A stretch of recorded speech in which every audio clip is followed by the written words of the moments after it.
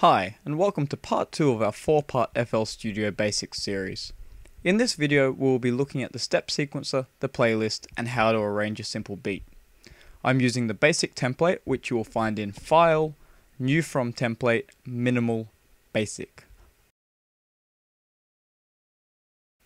This gives us a kick, clap, hat, and snare sample, already routed to the first 4 mixer tracks. But first off, the step sequencer. This is where your channels are, and where you'll create your patterns to arrange in the playlist a little later on. So let's make a simple drum beat using 4 different patterns, one for each sample. Note, if you want, for example, the clap and the snare to sound together all the time, it's okay to put them both in the one pattern, but it's very impractical to do this with different instrument samples.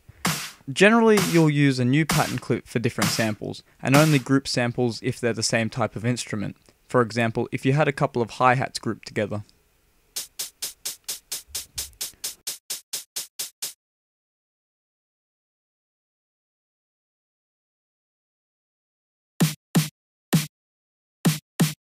So now that we have our basic drum patterns, let's name them so we know what we're working with.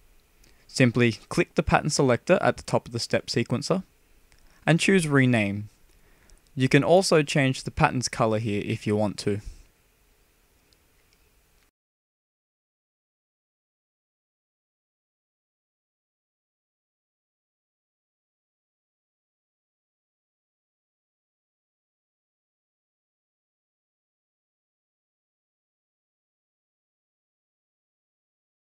Now let's arrange them to make the basis for a song. To do this, we'll open up our playlist. In FL10, you can simply left-click on the track to create the pattern clip you currently have selected.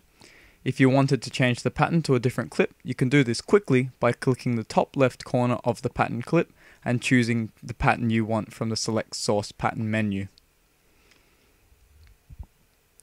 You can lock the tracks to only use a certain pattern you've selected for it, which can be very convenient when you have multiple patterns. To do so, place the pattern in the track and right-click on the track, which is over to the left of the playlist.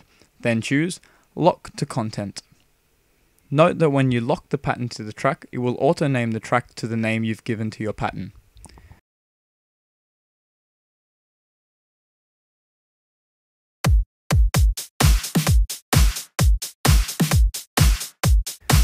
So now that we've got our basic drum track happening, tune in for part 3 where we'll add some more channels, a melody, and have a quick look at the piano roll and the mixer.